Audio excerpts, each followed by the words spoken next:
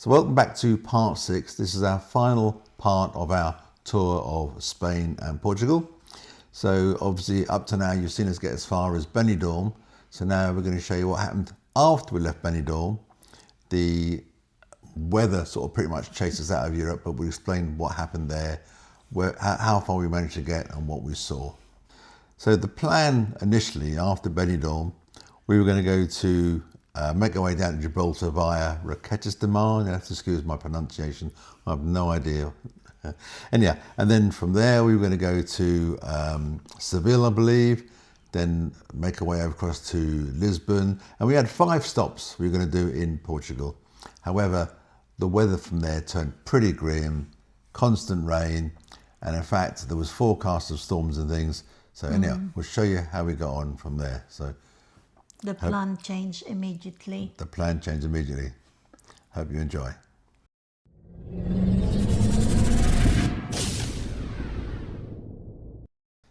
So from Benidorm, even then the weather started to change slightly, and we made our way to Roquetas de Mar, and that blew us away because this is just the plastic city. Plastic, yeah.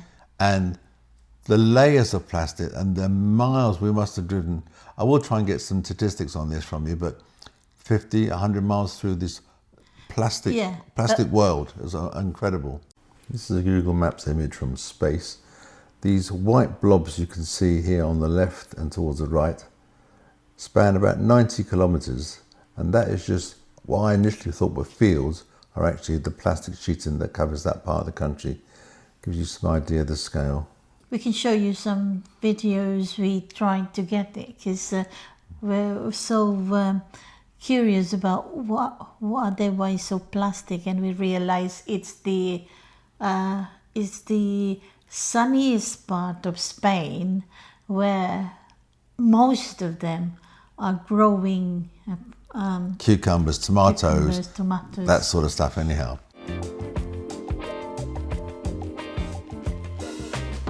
We found a campsite there.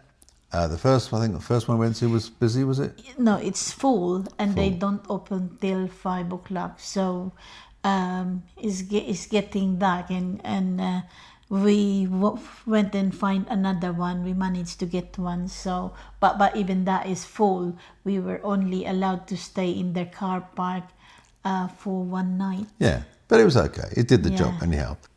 So from there we made our way down to, where was it again? What's that place down by Gibraltar? What's the Spanish part called? La Linea Concepcion Marina. We stopped here in La Linea de la Concepcion. It's a very convenient place if you want to visit Gibraltar. It's actually a motorhome air rather than a campsite, so there aren't the usual sort of facilities like showers. The big advantage is that the Gibraltar border is only about a 10-minute walk away, so you can leave the motorhome here and just scroll across to explore the rock. And that was lovely. It was clean, tidy, limited facilities. The fact there wasn't really any facilities there. As I recall, there was a toilet there, but you couldn't close the door. So just be aware, down by the front there is the laundry, and there are toilets there. You cannot close them. This is the toilet door here. And there's no method. This is locked, and it's locked open. If you try and close the door, oh, there's another thing. The light switch looks a little bit dangerous. It does work, but I'm a bit cautious. I think there's probably mains wires in there. Anyhow, show you how this doesn't work. So if you try and put it there, there's no way to hold this closed. It falls open, and you can't lock it. And there's no toilet paper there. So just be aware. Don't rely. And the ladies are exactly the same, by the way. So make sure you've got your own facilities. So it was not one we were going to use. Anyhow, we had our own facilities, it wasn't. But Gibraltar, thoroughly enjoyed Gibraltar. The weather wasn't great, but we got a bus into town, and then we walked all the way back again. So it seems to have missed our bus stop. The first stop seems to be the city centre. There was no obvious signs there.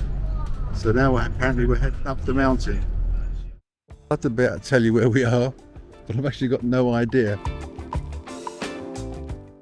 So we made a bit of an error there on the bus. Tourist information. Cable car closed, which we know.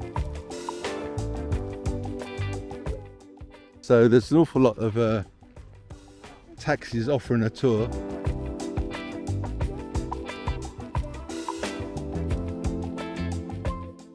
Southport Gate, okay.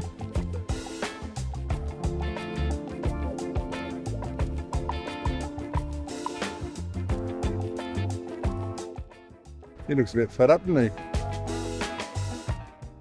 It's a hell of a gun, isn't it? I don't know if it's all over Gibraltar, but there seems to be lots of chairs dotted around. I'd imagine it must get pretty busy here in the tourist season. Well, so this one's been pedestrianised, which is always a good thing.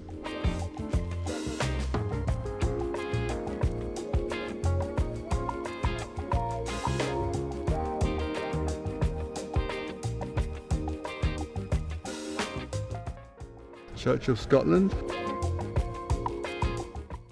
Get another view of the rock itself. It's a bit better now because I haven't got the sun behind it.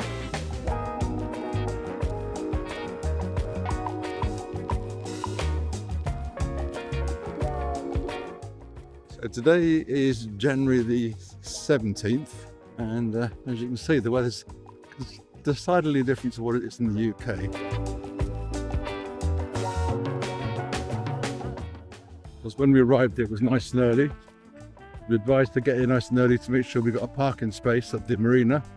And of course now it's warming up and people are waking up, and it's filling up here quite nicely. So we're thousands of miles away from home. And where does Antonio want to go? Marks and Spencer's. That bewilders me really.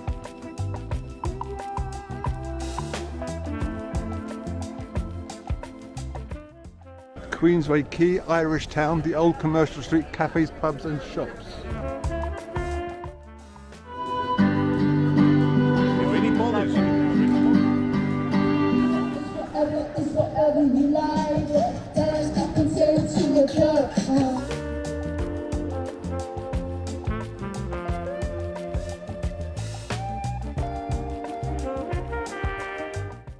So this looks like some sort of market area possibly.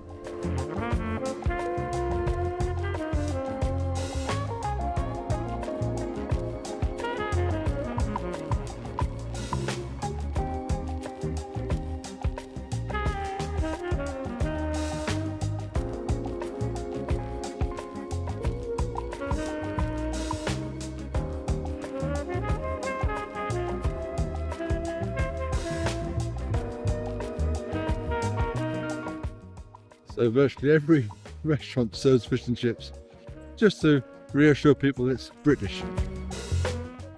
You can make out some sort of castle up there, or fortress or something. Now we're going to head through, just in case you're not sure where we are, through this archway.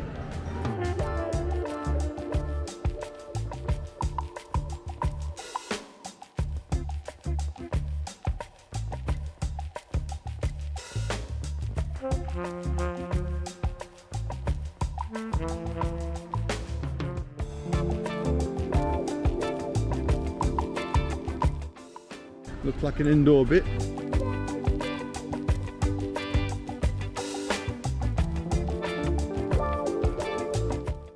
This looks like a sort of indoor market.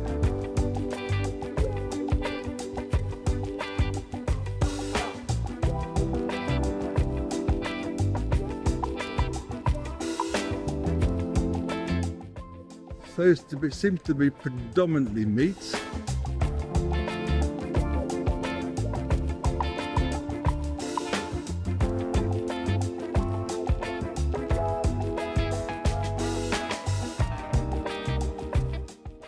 Give you an idea of prices. They've got prices on here.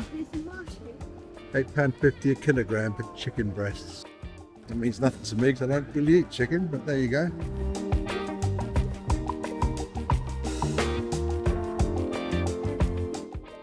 So this is the way back into the sort of tourist area. Go through these arches and turn to the right. This is the first bus stop where we should have got off, but obviously we got carried on to the second one. It's quite a sheer face, isn't it, on the side of the rock? That's what makes it so spectacular from a distance. Right, Christopher Gate.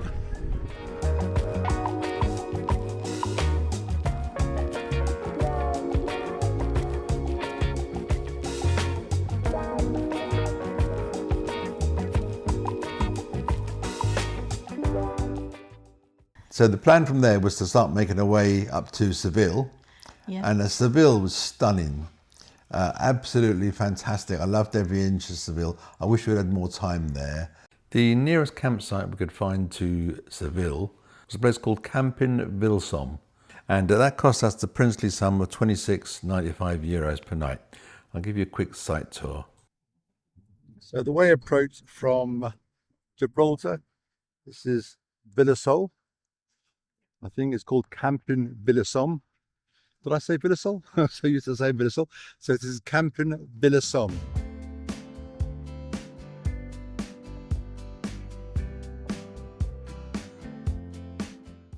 So we've got a reception here. Looks like they're sort of parking there if you arrive late, possibly.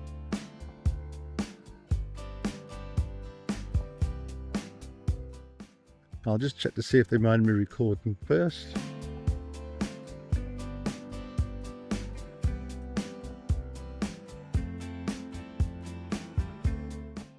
Is it 055 video? Yeah, thank you. Looks like they've got a nice shop here. So what have we got in here? Looks like we've got bread and bits and pieces on the right here. We've got cold drinks there. Ice creams here. So those are the basic bits you're probably going to need. Kitchen roll, washing powder, peas, beans. And of course the important bits, you've got drinks up there.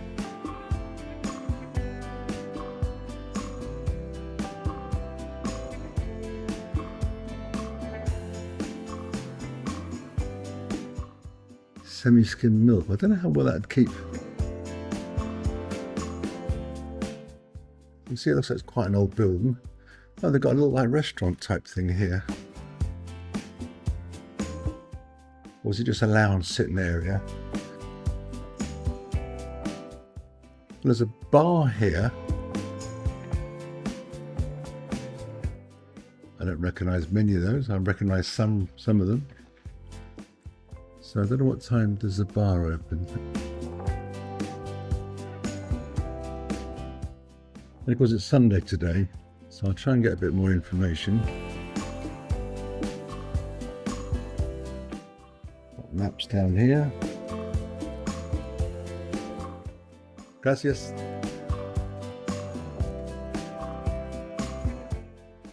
Any more information on the door? So you can get a bus ticket with just one ticket, 14 bus stop. Okay, that's quite useful to know. And there's the mini market open from 9 till 2 and from 5:30 to 8:30. Right, well this is the way we came in. It's one way round, so this is the way in. Most along our route has been forecast to be pretty grim, but it's turned out okay. So it rained on the way up here. This was quite wet when we got here, but it settled down pretty quickly. Once you pass this first bit, it get a bit narrower in places. So a few spaces down there with a bit of a drop there, so if you're low slung as we are, you might want to avoid that bit. Then the way we came, well, I'll just show you what's here first. There's one toilet block which appears to be here on the left hand side. And then we turned right here. Now the problem here is it's a bit uneven, as you'll see. That's the way out. Again, you've got to be a bit careful with some of these concrete bits there. Just make sure you can avoid those. This bit here is a bit uneven. This is the way we came in.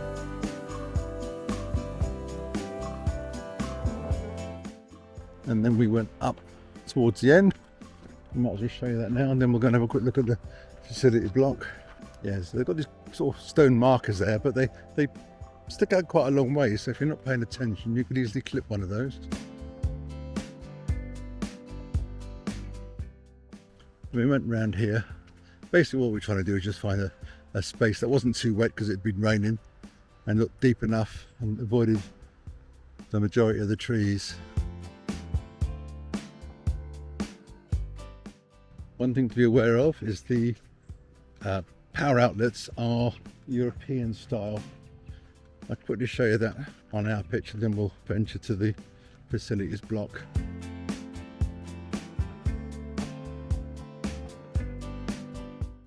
So they're not that level.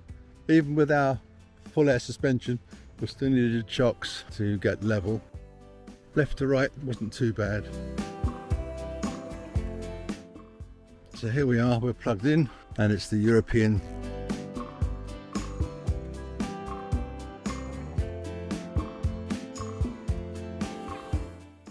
Let's go and have a look at the facility block. It's fairly basic, but it does the job. Antonio said the showers are nice and warm. That one is just grey waste and fresh water, I believe. I'm not even sure if it's grey waste, let me read it.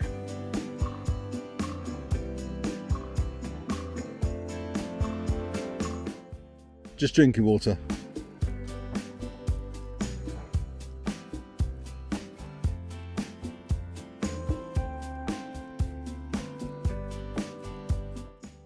Right in here we've got clothes washing sinks around the side.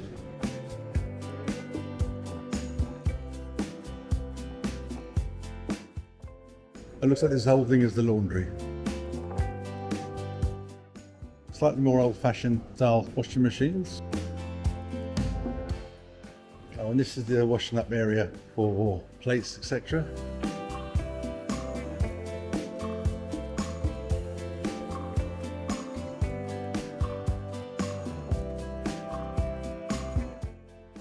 Carry on round to the left. Beware this step here, it's not very obvious.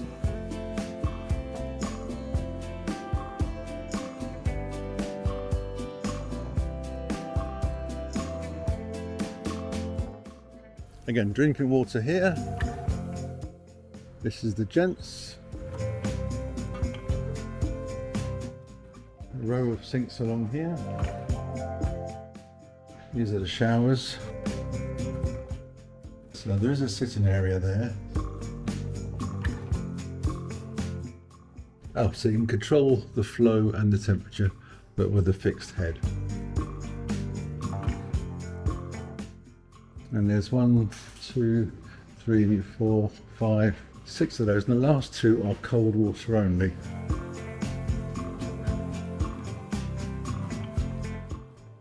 And then it seems to have shower head per se, it's just like a nozzle.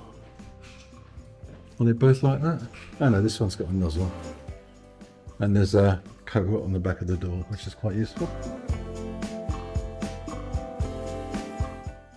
Plenty of places to plug hair dryers and the likes in here. There's a number of urinals, some of them are cordoned off. These are like Western style toilets, but they're okay. Now, toilet paper is on the outside, which is not that unusual in Europe, as you probably know.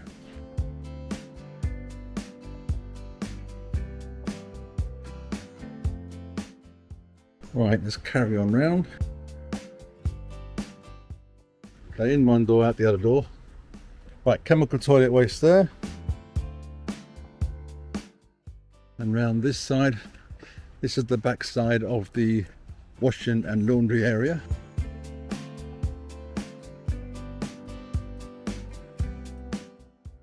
Well, once upon a time was some crazy golf next door. I don't know if that belongs to this site.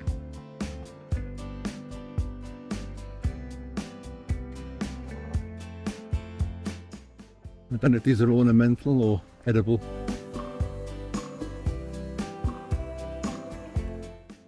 And we're back round to the side.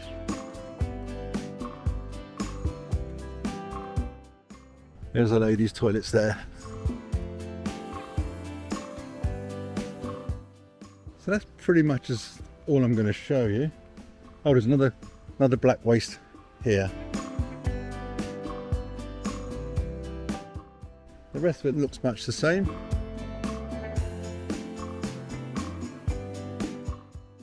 So we used this site for Seville. We were recommended about 4 different sites for Seville.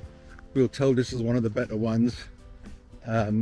There's another one, I've forgotten the name of it now, Antonio will no doubt tell us later on. Begins with a K, Calabria, something like that, I don't know, which is supposed to be much nicer, but they've only got 1 male toilet and 1 female toilet. And what's more, the shower and the toilet are the same. What's that other site called? Calabria? Which one? The other site. Caracol Auto Caravans. Right, there you go. So that one I'm told is better, but as I said, the toilet and shower are combined. And it's only one for men. And there's 1 of each. Yeah. So if someone's in the shower, you can't use the toilet, and that could be a bit awkward. Get caught short, could be quite unpleasant. Anyway, I hope you found that useful. So Vilsom on the other side, you can see the orange wall. Across the roundabout, just around this corner here.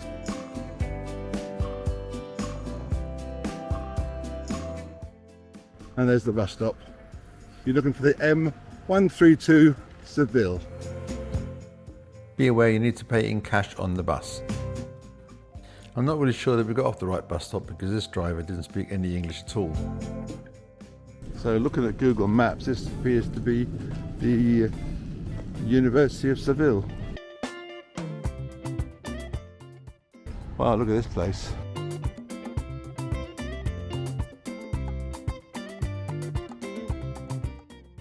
Oh, look at this. Look at that there.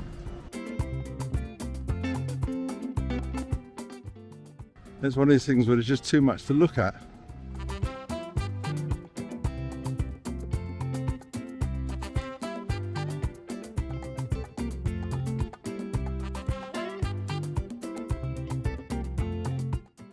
And this is Seville Cathedral, a UNESCO World Heritage Site.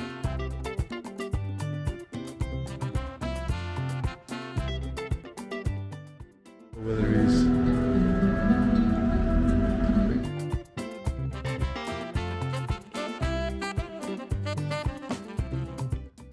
There's a lot of work gone into that, that's for sure. And these amazing trees are concealing Banco España.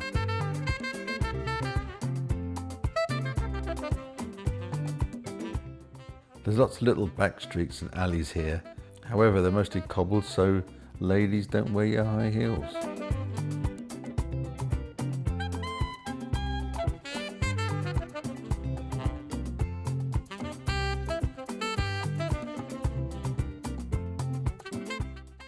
I gather this is not a casino in the sense that we know, it's more like a social or cultural club.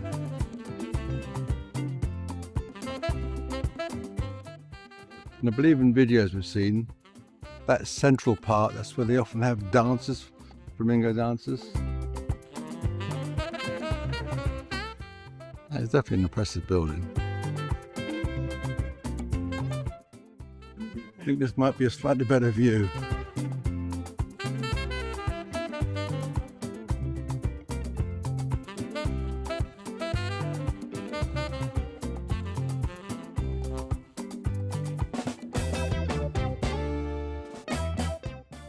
And the ceiling's decorated all the way along as well with various crests and things. Really good, isn't it?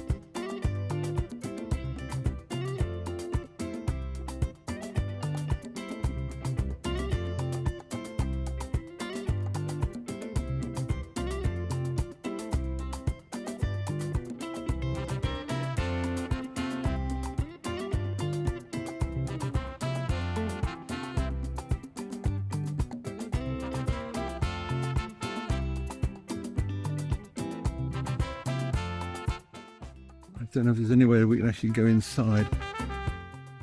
Don't think so.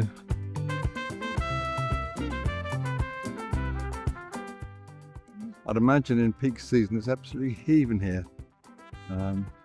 Beautiful place. Thoroughly enjoyed it. Easy walking. If you want to go up and down the steps, clearly you may have a problem if you're not mobile.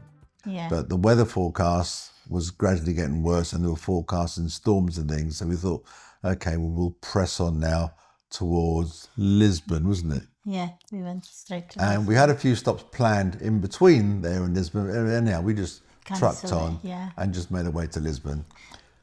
When we arrived in Lisbon, we got stuck because we could not go out. It was raining. It was torrential, really, really horrible.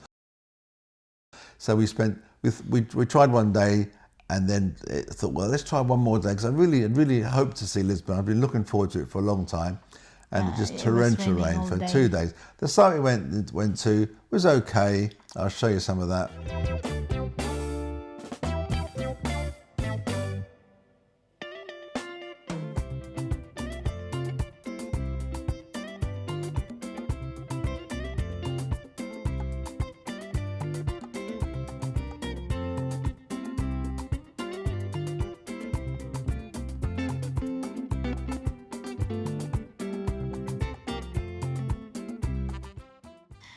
It wouldn't be so bad if it's just rain, but it's windy as well. It was just horrible. And again, behind us, we were hearing things are getting flooded and things, so we're sort of being chased Being out by this chased, bad weather. Anyhow, so the plan was in Lisbon to visit, as I said, 5 sites in Portugal, all up the coast. They're going to go around the perimeter of Portugal, around the top there. So Porto and I can't remember all the names, all these fancy names. I think it's Albufeira. Whatever, it doesn't really matter. We didn't do any of that. So from there, instead, we cut across. We thought we'll cut across directly past Madrid and go up back to France as quickly as possible. And we stopped at 2 places. First one was called Mérida. Mérida, yeah. And that was, again, the site, it was okay. What do you remember? The site was okay. No, we stopped at a car park at the back, because it's like a bus car Oh yes, there was park, like a bus car, yeah. Yeah. And that was a bit weird, wasn't it? Yeah. Because we plugged in the mains and all the Yes, alarms yeah. started going off. The mains clearly wasn't a good system there. Yeah. So from there, we walked down to town just to see what it's like, because it says in the weather forecast it's going to start raining at 3 o'clock. And we arrived there about 1:30. So we said we quickly walked down there just to see what's in there. And we discovered this Merida. Yeah, it's Amphitheatre. amphitheatre. And I can't remember how it's charged, about 17 euros or something per person. Yes. Again, I'll put the exact price below there. But that was very impressive. We spent quite a bit of time there walking around. They could definitely do a lot to improve the site. But that said, it's an archaeological site, and it was very interesting. So that was a bit of a surprise. We weren't expecting, because Merida was just a convenient stop between Lisbon and France, really. So this is the air that we're on, and I wouldn't recommend it if you need electricity. The hookup was dangerous. The live and ground were reversed. Luckily we carry a tester with us. This is one of those places that really makes you stop and think about how long it's been here. It was built by the Romans about 15 BC, and that's when Mérida was an important Roman city. The theatre could seat about 6,000 people, and you can still see the stage and the marble columns and the sort of huge seating area rising up the hillside. What I find amazing is that it isn't just a ruin, it's still used today. Every summer they hold the Merida Classical Theatre Festival here, so actors perform plays on the same stage where Romans were entertained over 2,000 years ago. It's one of the best preserved Roman theatres in Spain, and definitely worth a visit if you're passing through. And then from there we moved on to Salamanca, wasn't it? Yeah, Salamanca. But again, when we arrived there, it was raining and it's getting dark. So we just stopped there, and then the next day we're on the road again. And we were driving we started driving for 4 to 6 hours because... Yes, all our drives were getting longer now because we thought, right, okay, this weather's chasing us, and let's not just hang around, let's try and make our way out. Anyhow, when we did arrive at our next stop, we looked back, and then Salamanca was covered in snow. No, it's flooded, Salamanca. I'm sure I saw snow as well, but whatever. The weather, we got out just in time. The following day, it was a nightmare there, so we got out. Then we next moved up to, was it Irun? Irun, yeah. Irun. That was not bad because... No, there was a nice site there. That was a large site. yeah. Anything to be aware of there, if my memory serves me right, if your vehicle is over 7.5 meters, you have to pre-warn them because they've only got 2 pitches, and we didn't. I didn't see that in their instructions. I got down there. I didn't really moan at us. I said, no, you can't park there. You've got to park in one of these 2 special Yeah, bays. they have to move us. So we're lucky that one of those 2 bays were still empty. Otherwise, we may have had to go somewhere else. And then That one is quite good because it's next to a shopping mall, so we were able to stretch our legs and walk around the shops. yeah, and this wasn't just a regular shopping mall. It had lots of different things in there. Shopping mall It proper. had food in there, supermarket in there, estate agent, all the usual sort of things you might get in a high street rather than in a regular shopping mall. So that was quite fun. And there was a McDonald's nearby as well. Not that we went there, but there was one nearby. Yeah. Yeah, so that was quite a good site. And it felt very secure. Yeah, that was okay, wasn't it? Yeah. And then from there, again, we had all these sites planned. That was Irun. Yeah, that was it. So the sites we had planned back going through France were initially we were going to go through Bordeaux, Poitiers, Le Mans, and then up to Calais. And none of that happened. Yeah. None of that happened. So, because from Irun we stopped at Troyes. Is it Troyes? yeah, I think so, yeah. Was it? Again. And then Abbeville and then Calais. So the route back, we really stormed it. We're doing, like I said, 4 to 6 hour legs and everything. I think it's the Abbeville one. You can't see the road because it's the fog. It was like... I said, the weather was just horrendous. Yeah, and you can't see the road. It was like 2 hours like that driving. Yeah, just through visibility, you know, not far beyond your nose sort of thing. Yeah. Right, so other things we're going to cover are costs. Oh, so yes. have you got the cost ready? Let me just get my spreadsheet. Right, going to get a spreadsheet. Hopefully you won't kick the camera.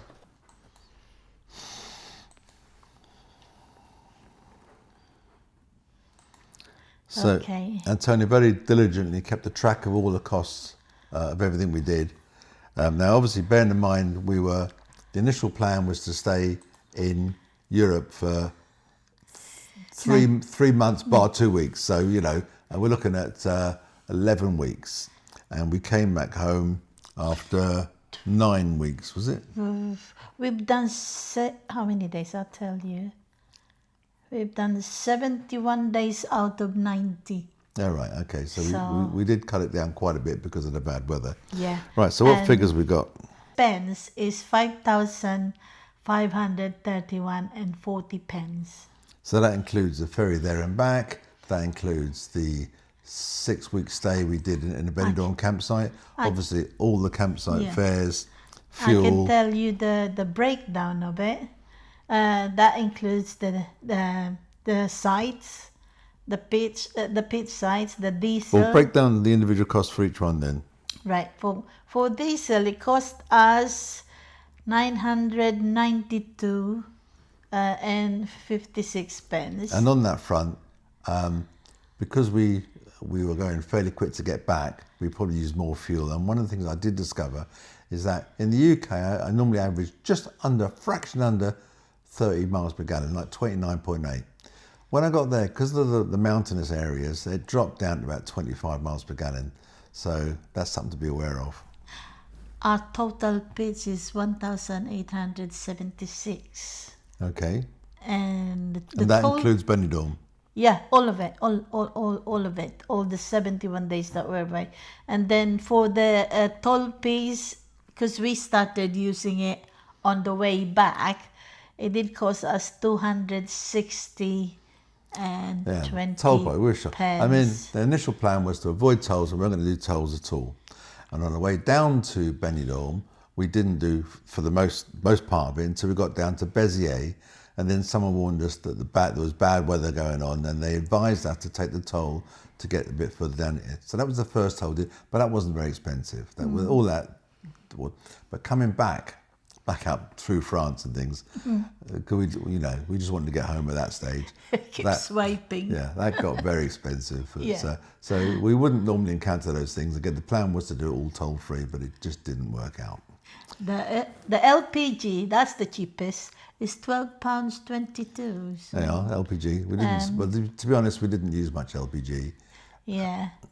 And we pay £70 for the internet with the camping Villasol. Yeah. So Villasol, we paid that extra. We had high speed. I mean, it really was high speed, up and down internet. That was a lifesaver, really. So that was worth doing. And that was for the hire of a router and the internet itself. So it wasn't just that. And that was for approaching 7 weeks. So that wasn't bad. The next one is quite a big expense, is the supermarket, which cost us about £1,000.74. What? Yeah. Blimey. Yeah. And again, for the number of weeks, I suppose. It's I don't know what we'd spend in a supermarket over here, but in the same time frame, maybe I'll look that up one day. I think that is good enough compared to what we spend here. And then we eat out. It's quite we don't normally eat outside as often as we can, but because it's quite cheap and it's nice to go outside, and so we spend about £1,000 as well on eating out. My goodness. Yeah, but don't forget, it's 71 days. Yeah. Yeah. Blimey. So that is cheap.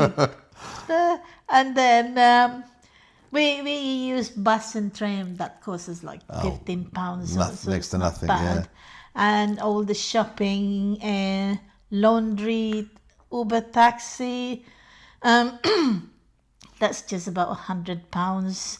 But there's all these unexpected expenses. Yeah, we had some bits I had to replace on the motorhome. Yeah. That was about £75. Yeah, you have to go to the doctor. You had to go to the doctor and the dentist. So there was a dentist and a doctor. So all in all, I think 5,000, whatever it was. You bought this fridge cover. Yeah, that's the bit I said. It was about £75. The vent, which you probably saw in one of the early videos, got broken.